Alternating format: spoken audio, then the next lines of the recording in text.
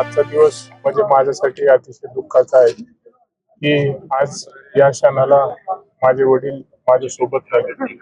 मी आज नवीन राजकीय प्रवासाची सुरुवात करतोय, पण माझं मी दुर्भाग्य समजतो की माझे वडील आज या दिवशी माझ्या सोबत पाहिजे होते, पण आज ते आपल्यामध्ये नाहीये. पण भविष्यामध्ये निश्चित जी जबाबदारी साहेबांनी आज माझ्यावरती टाकली आहे, तो विश्वास भारतीय जनता पार्टीने मला दिलाय.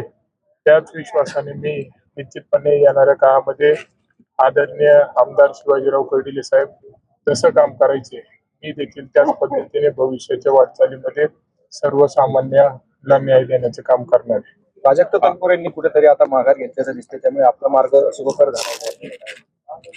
आता मी आताच आतमध्ये दाखल करून आलोय.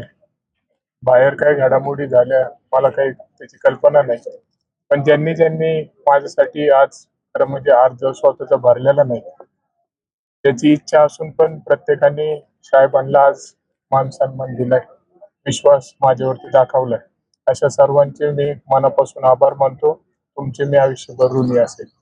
खरं तर आज अर्ज दाखल करताना पक्षातील सर्व लोक आणि जे साहेबांवर प्रेम करणारे सगळे उपस्थित आहेत, हे पाहून काय काय भावना आहे?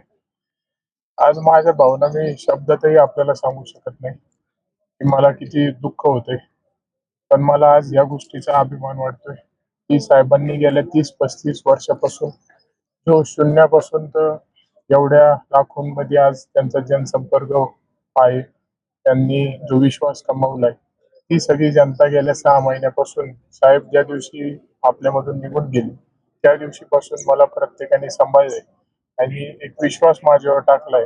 आणि प्रत्येकाचा असा विश्वास आहे की आम्ही साहेब म्हणून आता अक्षयकडे पाहतोय.